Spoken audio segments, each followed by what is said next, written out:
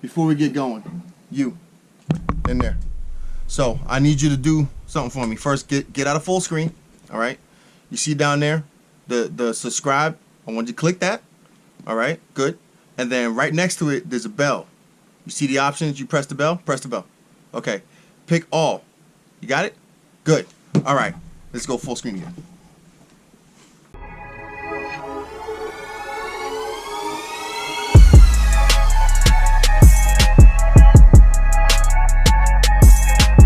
Hey guys, welcome back to another episode. So today, what we're going to be talking about is 2 hours later. what cars are you interested in buying? Or are there any cars that you think are worth buying in the year 2021? Joe, what do you think? To be honest with you, there's really no cars worth buying in 2021. You know what I mean? Like the other week when we researched... Not even a new STI? No. I'm just going to be honest with you. To tell you the truth, that the new body ones that came out 2015 to current, I really don't like their body style. So I would never actually buy it. They do look a lot more tamed. Yeah. It's a lot more family. family conventional style. I wanted to look sporty the way my car is, the 13, and that's it. Okay. You know what I mean? But all the cars are pretty much the same. You know, they're gonna come out with the engines, refine it, like you said, and all. You know what I mean? Yeah. That's basically what you're gonna get. Tweaks and adjustments. Maybe a different body style. Maybe some paneling, interior. You know what I really like? I mean, some people may not agree with this, but I would really like for Subaru to bring back the hatch. The hatch STI and WRX. What I heard is that the 2022, they're supposed to bring a hatch body. That's what I heard. So it's going to be like the face they got now, but hatch. Like back. So the back end. Is it going to be a 2-door hatch, or they're going to keep the 4-door hatch? I think it's going to be like a sport wagon. Yeah. All right. That's what I heard. I'm not even sure about that, but everybody wants a hatch. Yeah. You know, they want it back. But I like honestly, like if I were to get a Subaru, you know, as kind of like maybe something like to offset another car that I really want, I would get the hatch. Just because I can still have fun, I can toss it around. It gives me the reliability in the snow and everything like that. But then I've also got the capability of just like throwing stuff in the back. Because every once in a while, I do pick up some larger things, maybe from third parties, or, you know, maybe I'm transporting the kids, I need the extra space, you know what I mean? Or, you know, maybe I'm just trying to hide at work and I climb into the trunk and just stick it out. But, if y'all know any cars that's coming out 2021 that's worth buying, let us know, comment. Well, what do you think?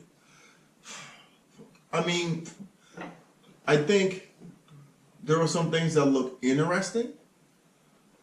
I don't think there's anything actually worth buying, like brand new, to like dump your money into, unless you want to build a clean slate, or unless you're into like those incremental upgrades. Yeah. So I would say, I believe the Toyota A86, Okay. and the Subaru BRZ are due for a refresh. They're getting more powerful motors, I believe. I believe they're getting, I think it's 210 or something like that. Or maybe I'm thinking of torque range. Oh, power wise. Yeah, power wise. I think they're looking to be in the 2s. Yeah. But non-turbocharged. There have been some conversation around a turbocharged option possibly coming out, or maybe some OEM options for like aftermarket turbo where you can have them installed by the dealer and it wouldn't go against your warranty. But that hasn't been confirmed yet.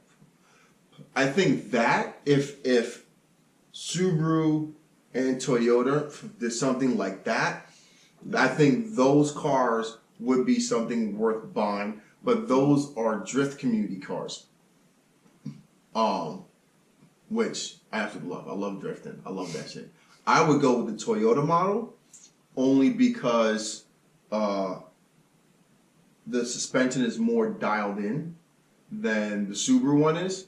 So the Subaru is a little bit more slippery, which is fine, but I like something where I can push a little bit more and then get my traction when I want it, which is the Toyota version, where the BRZ is a little bit looser. It takes a little bit more time to kind of get your steering back in line.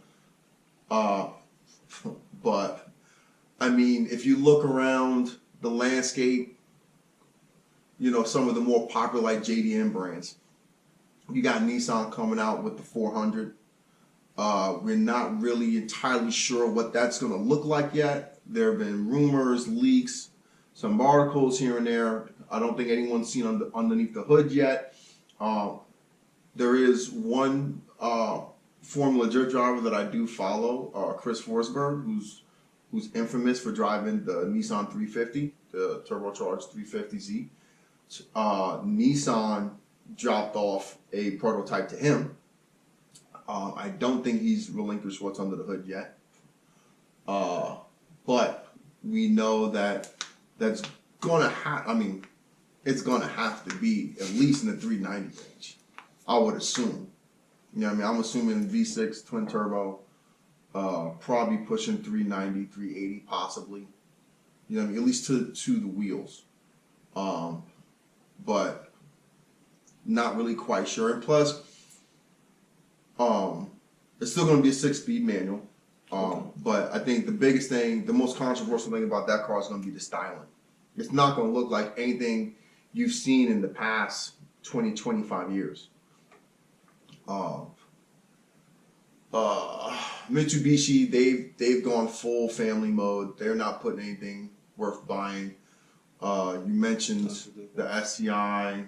I mentioned Toyota. The American cars are, you know, they've pretty much given up on all their cars outside of like the Mustang and the Camaro. Yeah, those are probably the only stay Dodge,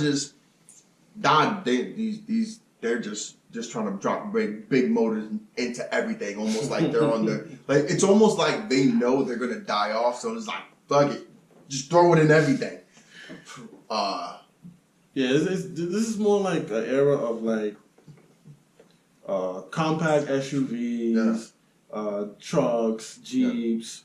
No, they're bringing back the Hummer. Yeah. Oh my God. Oh, and the EV.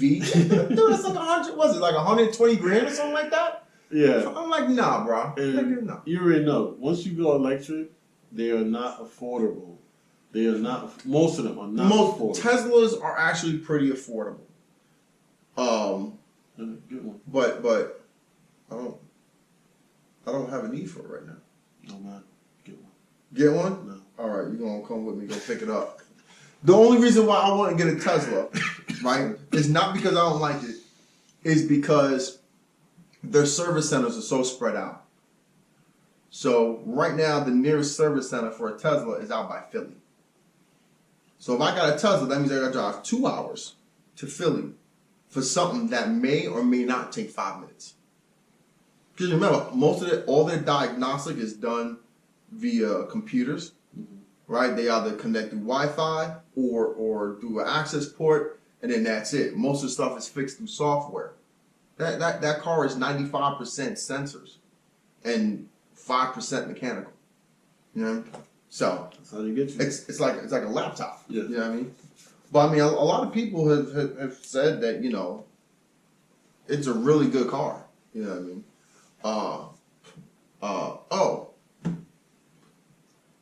I think surprisingly, Kia, Hyundai, some of the brands that you probably weren't really paying attention to in the past are really kind of making noise, like Toyota coming up with the Gazoo Racing Yaris. That which kind of falls in that same class as the Ford Fiesta ST, where, you know, when you initially look at it, you're like, oh, it's a Toyota, or, you know, it's blah blah blah. but one of those small motors that you slap a turbocharger on with a lightweight car and that stuff. Trust me, everybody be buying that. What? Yeah. I think that's going to put out some big numbers. I actually shared an article on the Facebook page about a week ago. And so I think that's going to be interesting to see what they do with that. The N line of Hyundai, Kia, they obviously having the Stinger out now. I think that is a very promising. Yeah. I think that's a very promising car. You have multiple package setups. You can get the inline 4, you can get the V6, both naturally aspirated, and you can get the turbo inline 4, and you can get the twin turbo V6 with the Lambda motors. And the Lambda motors have proven to be very reliable motors, and they put out some decent power. And their Dynamax all-wheel drive system is actually really actually really good. It's not a slip and grip system. It's actually a full-time torque vectoring system. So it uses electrical sensors to continuously adjust what you need at the rear wheels. So whereas your normal slip and grip, like let's say through a CVT system, it only reacts once it sees the slipping. This sees what the front wheels are doing and says, hey, expect this to be going on, and it automatically adjusts and keeps you in the power band for the wheels of what you want. So I think now is a time we're going to have to start looking towards some of the less known or the less obvious, the less respected brands, because now they've had the opportunity with some of the bigger brands taking a step back in the market to step up. Exactly, to step up and fill the void that these other companies have left wide open. Because back in the recession like 08, 09, Ford relinquished controlling stock in Mazda, Jaguar, Land Rover, bunch of other stuff. You know what I mean? You didn't realize how much of this. Chevy did the same thing. You know what I mean? By releasing the controlling stock of Saab. What was the Australian company? There was I forget the name of the was it Holt? Something like Holt. There was some other company that they released. Obviously, they killed off Pontiac. They killed off Oldsmobile. They killed off Saturn. So, freaking, of course, they wound up coming out with probably an extremely good car, the G8, right before they die. Which was a joint venture with BMW. Most people don't know. But that's freaking. I think now is definitely the time for people to start taking chances on some of those less respected brands, because now the performance car market has shrunk so much that there's really no options. And I think that's why you see a lot of cars, their value is just sitting. Yeah. Just sitting right there. Don't matter what you do to it. Just sitting. You know what I mean? Between that 28 to 35 range. Because what else are you comparing it against? You know what I mean? Like right now, it's freaking. You can still get cheap Subarus and cheap Hondas and whatnot because they're still coming out. You know what I mean? You got Virgins and Virgins and Virgins still coming out. Yeah, you're right. Right. Totally right about that. That's crazy though. Soon people gonna be driving go-karts. Yeah. Scooters. I'll do that. You got a nice hill right here. I'll probably run out of gas. But this is it for this episode. Let us know what you think. Like I said, if you got any cars that you think is worth buying in 2021, let us know. Yeah, is there anything that maybe we didn't talk about or we didn't think about that's coming out this year Like, comment, subscribe, share. Tell us what you think. Join the conversation. And as always, Wrench Daily.